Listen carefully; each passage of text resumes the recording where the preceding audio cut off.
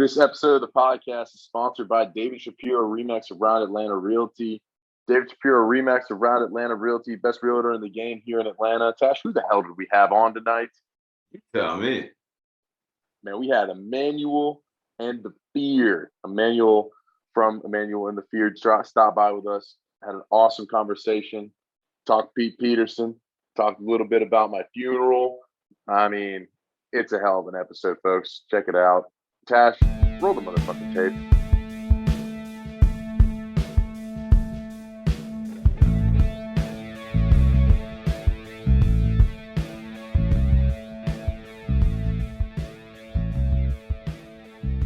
All right, welcome back to another episode of Indiebnb. Today we're joined by Emanuel Ayvas from the band Emanuel and the Fear from Brooklyn. How's it going, Emanuel? I'm doing well, thanks. How are you guys? We're doing good. We're stoked to have you on. You're one of Grant's favorite artists, and he's been, chomping at the bit to get you on. So we're super stoked to finally get you on here tonight. Yes, I'm honored. Thank you. So, I always like to start sort of at the beginning, seems like you're sort of the obviously the front man of this band, but how did Emanuel and the Fear come to be?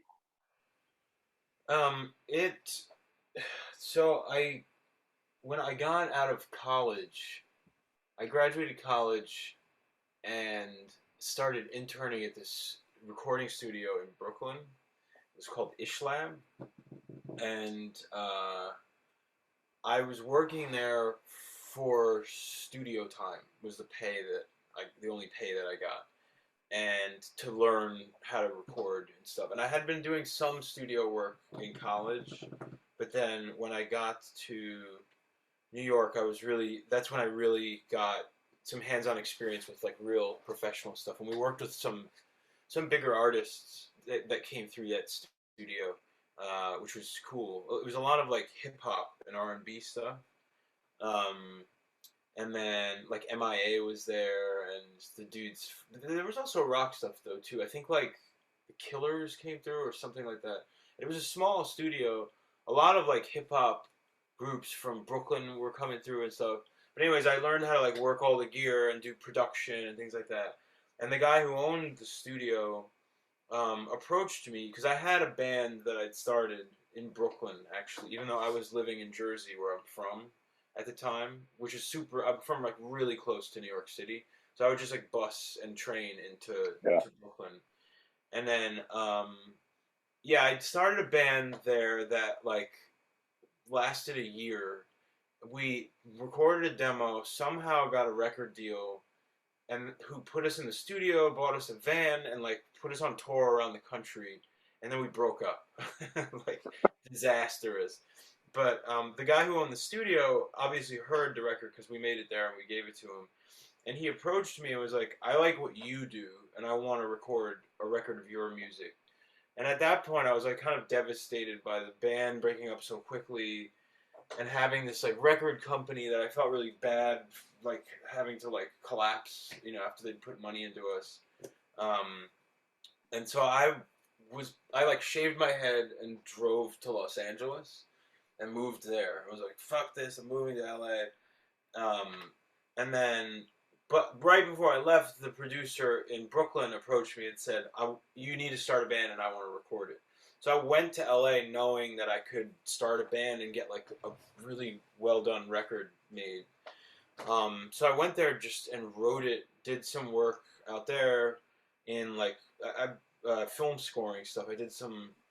I actually worked as like a copyist for some really big like Fox films and stuff, 20th Century Fox things. And then came back to New York within a year with the first Emanuel and the Fear demo. And then we went on Craigslist, hired a band, tracked it in the room, and started playing shows. And then it just like became Emanuel and the Fear from there. So that's kind of the beginning story of it. And that was back. I started working at that studio in 2005. I graduated college in 2005. And then we started doing the first demo. It's funny, my cousin just sent me, who I lived with in LA, just sent me a picture of a burnt CD that she found cleaning her house that said Emanuel and the Fear demo and I think it said 2006. No, it said 2007 on it. So it was literally the demo I made in my bedroom in Los Angeles. Wow. Like that she still has now, which I can't even like think of what it is. Like it's not the demo that we put out on MySpace then. It was like a whole other thing. Yeah. So I think I have it somewhere. I don't know. I'm not as organized apparently as she is. So, so between some of my friends, my body of work exists somewhere. So, but yeah, that's how it started. That is awesome. And what obviously you're Emmanuel. What's where did the fear come from? The fear actually it was meant to be more of like a conceptual thing, like Emmanuel and the idea of the fear, like this thing that we're all kind of horrified of death or life or whatever, or ourselves, and then it was just such a big band, which is kind of daunting, especially on like we were playing like small stages in the beginning, so it'd be like this, completely full people with violins hitting each other with the bows, so people just called them the fear. I mean, it makes sense why you would think that, but like it was never meant to be like the band. Is that it was really just like me and this idea, but it did become a band when we started touring a lot. We became much more democratic and started functioning like a traditional band, with all those things that come along with it. People sharing ideas and writing together and all that. Yeah, and I saw where on your Spotify page where y'all at some point y'all have up to 11 people playing together. How does you say y'all started becoming more democratic? How does that work when you're writing and recording? How do y'all go about putting a song together when you got that many people?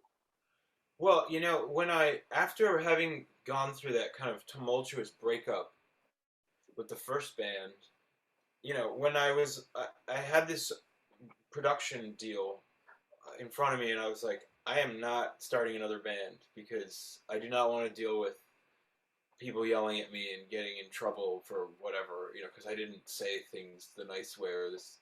And I mean, I just I don't. Have you guys seen the new Beatles documentary, the Peter Jackson one? Not yet. I've got it on my list. It's really good. I mean, it's very. If you're not a Beatles fan, I could see it maybe not being so good. It's very long, but it's really cool if you like the Beatles. But there was a lot of like tension between them, and like I could see how certain personalities caused. I felt like I was any one of the people in that band. I have been, the person feeling like someone's being a jerk to them and vice versa. But yeah, so I started Emmanuel the Fear, and I was like, I don't want band members. I don't want people to like tell me this, or to just have mood swings where.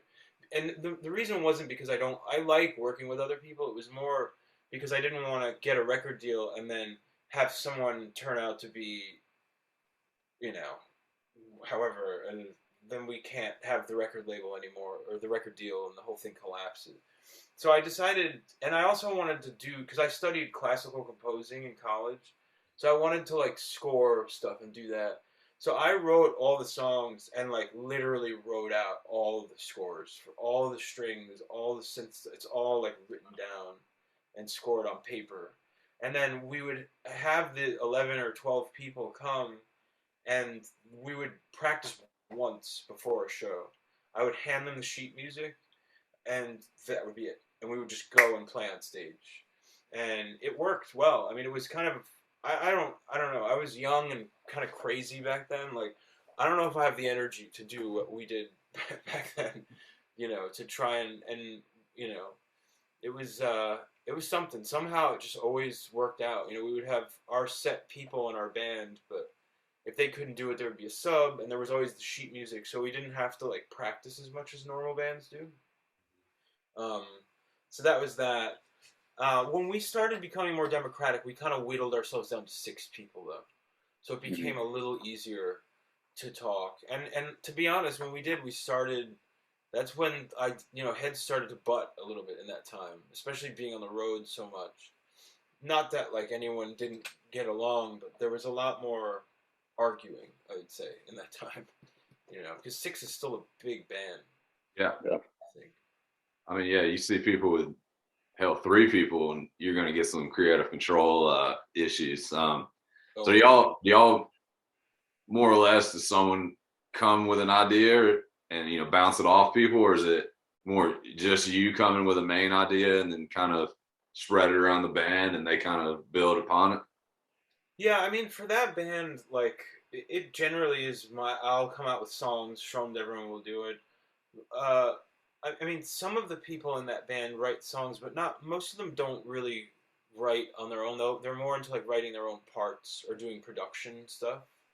Um, we have a newer member.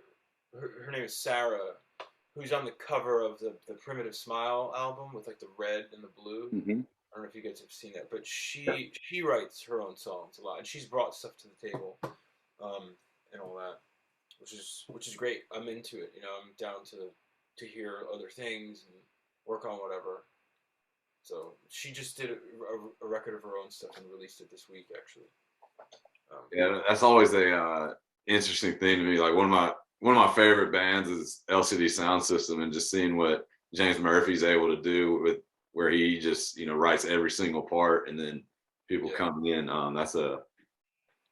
It's very interesting to me. So the fact that you were able to do that for even just a short period of time is very impressive. Oh yeah. I mean, it's just like I think it's just the way your brain's wired. Some Mhm. people like to look at the bigger thing and put it together. And I think other people don't like. It's like I don't know. It's like liking to do many things at once as opposed to one at a time. Yeah. It's like the way your brain prefers it. Hmm. Is what I think. Um, well, let's start talking a little bit about the music. You just released a new single, North American Stranger. Let's talk about that one. It's sort of a new sound for you. What was going on with that one? Sure. Yeah, I mean that. It's funny. This record is all of these songs were written about 7 years ago, Hmm. so they're very old to me. you know, Yeah. they were all written at the same time as the last album that came out, Primitive Smile. It was Hmm. kind of written as one bundle of things. So, I mean, that song is about me almost a decade ago, which is insane to think about. But the weird thing is, it does feel kind of relevant now, where we're talking about, like, I mean, back then, I had, like, the line about, like, people photoshopping their faces and how, like, if everyone makes themselves look the same, like, um, how will you know who I am? And, like, do you like me? Or how will I know that the people who like me? So I was talking about these things that have become like really overwhelming with social media now. So I feel like that I'm kind of excited about. Like I saw something that has stood the test of time as far as it feeling relevant. Um, but yeah, that one's just about like feeling alone, I guess, in society and feeling like you Mm-hmm. don't fit in, even though like other people would look at you and think that you're doing okay, kind of thing. Yeah. I think that's really the overarching theme of that. Yeah, and I still feel the same way now, 8 years later. Uh, Sounds like you hinted at it. Primitive Smile came out in 2016. Is there a new album on the horizon? for Emanuel the Fear. Yeah. Yeah, we were. It's funny. I wrote 2 albums after that. So Primitive Smile had like an overflow, which is what this album kind of is. And Hmm. then I sort of finished that and wrote another album's worth of stuff that I sort of laid on the table for the band. It was like, whenever you want to do this, we'll do it. And people's lives just got kind of crazy, and we stopped touring as much. And so there's at least 2 albums worth of music that we could put out. What I can say is that we are finally starting to play again because the pandemic obviously cut 2 years out of our lives, Yeah. and Emmanuel the Fear was finishing this in that time Okay. because we had been sitting on this forever, and we were like, let's just get this done, and then we'll move on. in 2020 we finished that record, because that year I produced and finished recording on 6 albums. 7 really is what's happening now with my, like, because I'm releasing a new single every week for the next year. So it's just, I have just way too many things that need to come out. But yeah, there's a lot of new Emanuel and the Fear stuff. When it will come out, I can't say, but it's happening, and it's really different and really weird. It's like we're really letting it, be strange for sure. Yeah. Good. It sounds like I can hold my breath a little bit on it coming. Sounds like it's coming soon. May not be date certain, but it's something, a little bit soon.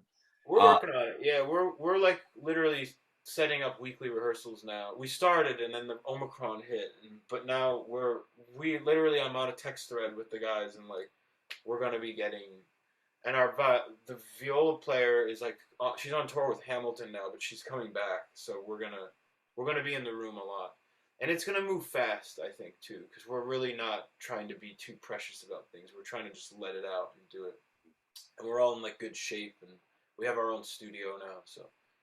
Oh yeah, it should be coming out. Well, before I kick it over to Grant to hit on the song spotlight and some other things, I just gotta harp on one more song of yours. I was just kind of listening today, just kind of casually listening, and it just randomly popped up a song that really caught my ear. Guatemala. Holy shit, that one jams super hard. It's a little change of pace. Where did that thing come from? Yeah, man.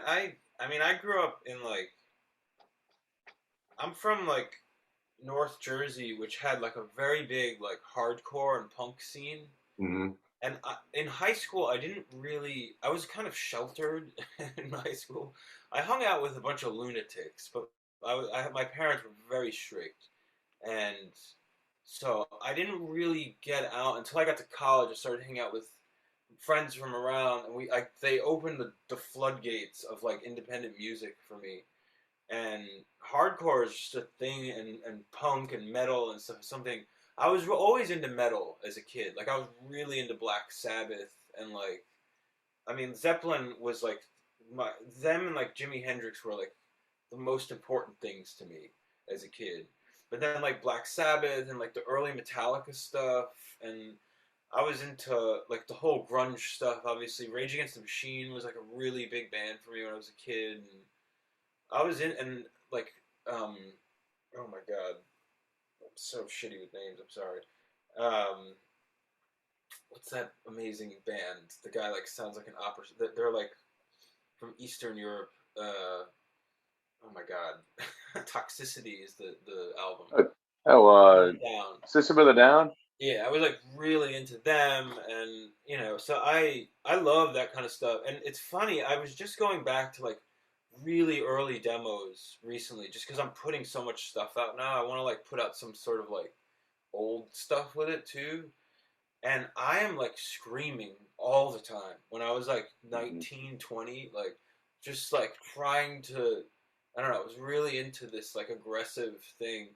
And for whatever reason, I didn't go down that road. Like it's Emanuel. People don't think of that when they think of Emanuel. Like they think of like happy, like flowery kind of. Yeah. But I try to pepper that in as much as I can with stuff. And every album has an element of that. And I really like noise and experimental music too. And it's in every album. But yeah, Guatemala has that in it for sure. And that riff, kind of melodic riff. Yeah, it hit me right. I was just I was working and listening, and I was having a good time listening to Emanuel and Fear. And then I was like, oh shit, like, is this a different band? Like, no, it's not. This is Guatemala. So I was like, I gotta ask about this one. But I'm gonna kick it over to G-Rad here to go on the song spotlight, talk some videos, a little live music, and then Pete Peterson.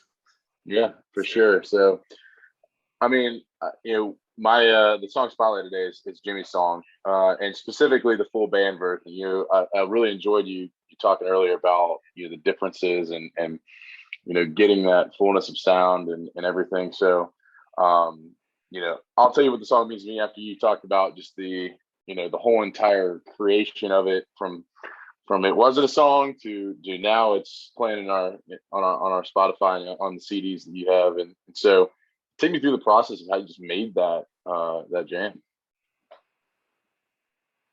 Yeah,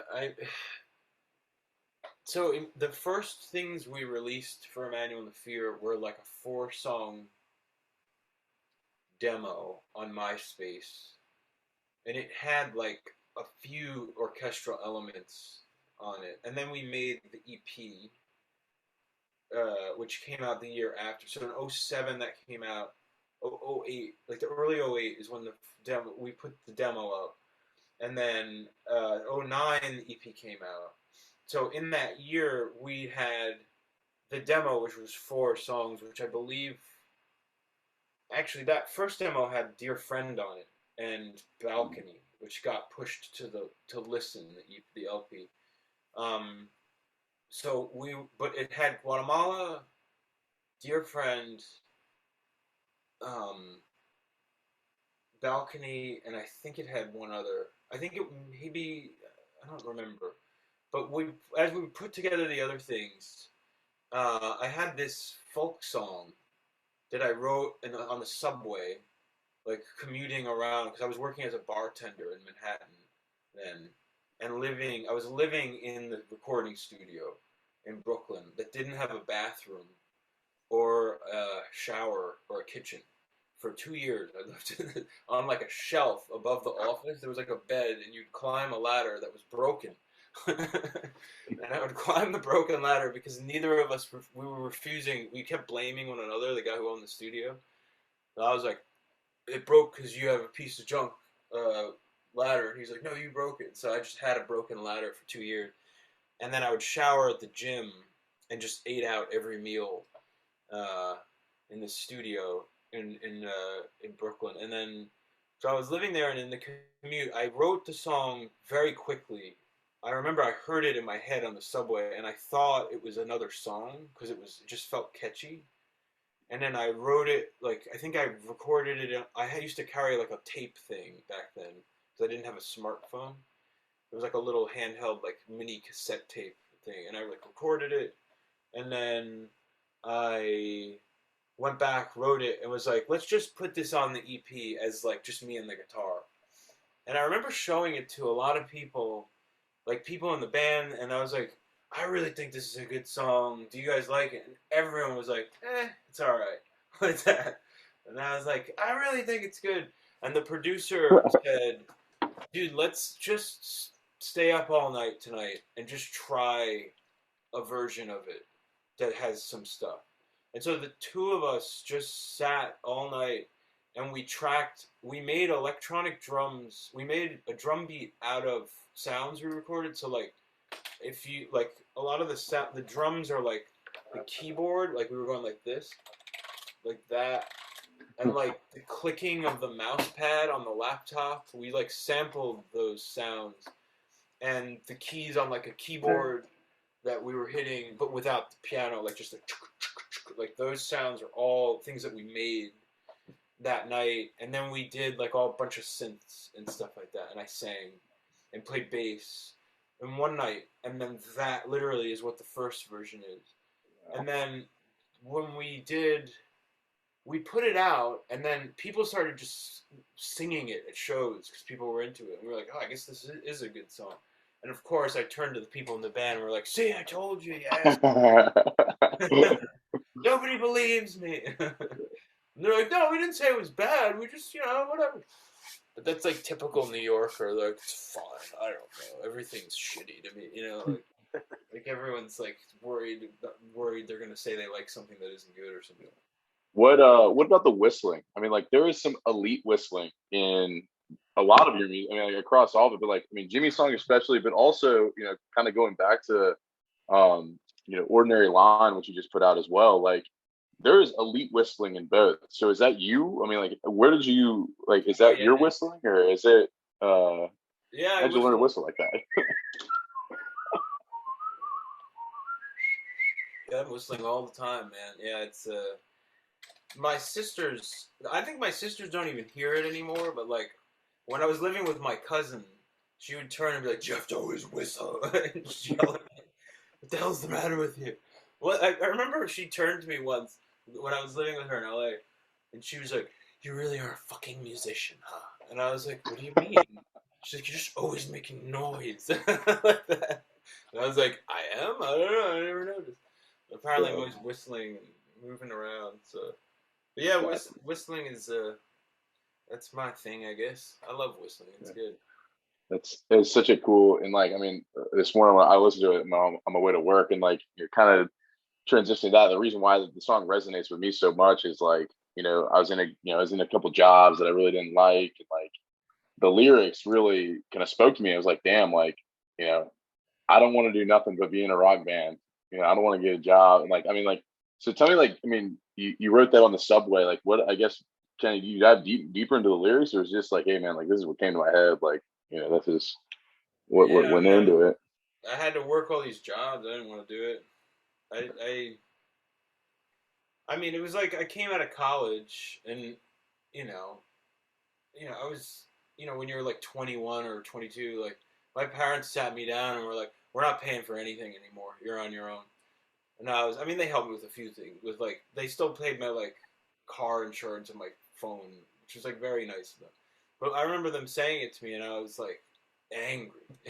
Like I looked at them and was like, "You're terrible people. I can't understand why you would do this to me. I have no money. You're a horrible person." And like now I look back and I'm like very thankful that they did that because I think it's important. But I was pissed. I didn't want to work and I just wanted to focus on my music and I thought it was so great and important and no one understood. I didn't realize you have to like if it's good in here, it doesn't really mean shit until you put it into the world and show people that it's good. So, it was I had a lot of jobs. I've probably had like 50 jobs in my life. I've had so many jobs. Like I can't even remember all of them. And they've gone from very strange and interesting to like torture. Yeah. I really could talk for a while about the jobs I've had. But I didn't want to do it and I felt like it was distracting and so I was just mad. I was like a 22-year-old angry boy who didn't want to work, you know, and that Yeah. song was me venting about it, honestly. Yeah. I mean, I definitely identify with that. I was a little bit older, but I definitely was, man, fuck this. Like, this sucks. What I'm doing Yeah, sucks. And, I want to do something different. All I want to do is, X. But, I'm not a musician myself, but like, I think, that the lyrics in that song just ring true. And like, to me, I always have these songs that are periods in my life. And like, I always want to, like, I get them and I'll play them over and over again. And Jimmy's song was one of those. And so, I'm appreciative because you sat there and your art helped me, cope with some shitty stuff that I was dealing with. So like, I think, you don't often get to tell that to somebody. Like I can't go tell, you know, Neil Peart that is, the drumming in Rush is like, changed my life. But like, I get to, speak that to you. So, I want you to know that as somebody who appreciates, what you're putting out. So, yeah, it means a lot, man. I really so, appreciate you saying that. I worked very hard, so it's nice to hear yeah. that someone's listening to it and liking it. And in fact, it is on my. I have a playlist that if I were to perish, Tash has my funeral playlist on lock, so he's able to access that on my Spotify. So it is on my funeral playlist. So you'll be played at post mortem for me. So because I think I have a bunch of periods, songs, kind of periods in your life. And I'm like, all right, like this one was important to me at this time, and this one was important to me, and it's growing a lot. So my funeral is going to be longer and longer, but as I listen to more good stuff, but Yeah, You can play it live for us. yeah, of course, of course. yeah. But all right, we want to get right into it. We'll go from funeral to fun here. In Pete Peterson's party pack of questions. Hey, you can't spell funeral without fun, just so you know. So, That's true. but basically, Pete Peterson party pack of questions. You're going right in a row. It's pretty rapid fire. It's 20 questions right in a row. They're really this or that, food based mainly. So we'll start it right now. Here we go. Emanuel Fear, Pete Peterson's party pack of questions. Chips or pretzels? Chips. Hulu or Netflix? Netflix. All right. Would you rather be a ninja or a pirate? Ninja. All right. You ever heard of circus peanuts? These orange peanuts that you can find at the gas station. Uh-huh. You like them? I don't hate them as much as I thought I did. I they get stuck in your teeth. When I was little, I would detested them, but as I've gotten older, I think that they're not horrible, but I wouldn't ever really probably choose to eat them. Fair. Yeah. I'm a big circus peanut guy, so I always like to ask people if they like them, since Tash thinks it's a moment of either you're a psychopath and you like them, or you're not one and you do. So I I'm used to glad you feel share a that little way. bit. I Just used to looking feel out that for way. people's general health. But I think I was being too hard on them. I ate them again. I was like, they're not that bad. I don't understand why I was so angry. Thank you. Yeah. Thank you. Yeah. Exactly. All right. Yeah, Are here, it's not aliens? that bad. All right. Are aliens real? Absolutely. All right. Salad or soup? Soup. Okay. Tea or coffee? I mean, tea probably, because I'm an old man who has acid reflux now and I can't handle caffeine, so I have to probably tea. Yeah. All right. Well, that kind of leads into the next one. Night in or night out? What would you rather have, Brandon? Oh my god. Usually night out. Okay. I'd say night in, but I'm full of shit. I have a lot of energy still, so I'm into it. I like it. Would you rather see the sunrise or the sunset at the end of the night out or the beginning of night out? I mean, probably the sunset, I'd say. I like it. I like it. Ranch or blue cheese? I What are don't you like dipping you? Neither of them? ranch or blue cheese. Can I say neither? I'm not into them. I don't know why. All right, not into the dips. All right, fair enough. Club or bar? What are you more likely going to? Bar. He's a barman. All right. Do you believe in magic? Absolutely. All right. All right. What about love at first sight? Uh, does that mean I have to believe in love? Oh, you don't even believe in love. I do. Yeah, you can fall in love at first sight. I think love has more in common with an illness than anything else. But maybe there's many factions of it. If it's intimate love, it's that. But love, yeah, I guess, yeah, love at first sight. If you have a kid, I think you would have it. I don't have Yeah, kids, but I feel that way about my nieces and nephews. that's fair. So I think that yes, then I agree that it exists. Okay. Peaches or apples? What would you rather have? Apples. Donut or a bagel? Oh man. You're talking to a New Yorker too, my God. Jersey, I mean, damn. I mean, probably I would say bagel, but I think donut tastes better. But bagel is like you could enjoy a bagel more, so I would say bagel. All right, bagel. Although I had a Guac? really good donut today, like unbelievable. It's so good. Man, the Brooklyn has tear good the tear in the New Yorker's mind over donuts or bagels. I like it. food. It's a faction. All right, guac or salsa? Guac. Okay. Corn off the cob or on the cob? Um, On. Okay. Tenders or wings? Wings. Wings. All right. When you walk into a party and jam comes on, are you doing the robot or the worm? At my age. At my age. I'm probably doing a robot, yeah. I've All never right. been much of a worm guy. I think maybe in high school I was a worm guy. I think that those days ended with. I was more like dangle from the balcony guy, I think. But those days are over too. I've grown up. By grown up, I mean my back wants to go out. Gotcha. All right. Our final question to Pete Peterson's Party Pack questions. If you can name two bands that we might not know that we ought to check out, maybe they're your friends, maybe there's somebody from Brooklyn, but two bands we ought to check out that we might not know. That's how we grow this thing. Who would those be? Alabaster de Plume, who is a good friend of mine, who's just a magician. I mean, the man is like a priest. He's wonderful. Really love his stuff. And Floating Points. Have you guys heard Floating Points? Uh-uh. Oh my god, so good. I could go on, but I'd say those are the two like contemporary ones. I'll pick ones that like are young and happening now. In the like literally happening now. Yeah. I mean, they're happening too. I guess. Beautiful. Beautiful. Well, we'll have to check out Alabaster de Plume and Floating Points.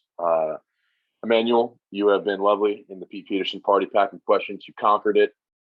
Tash, I'm sending it up to you for this to get wrapped up in a bow. Here we go.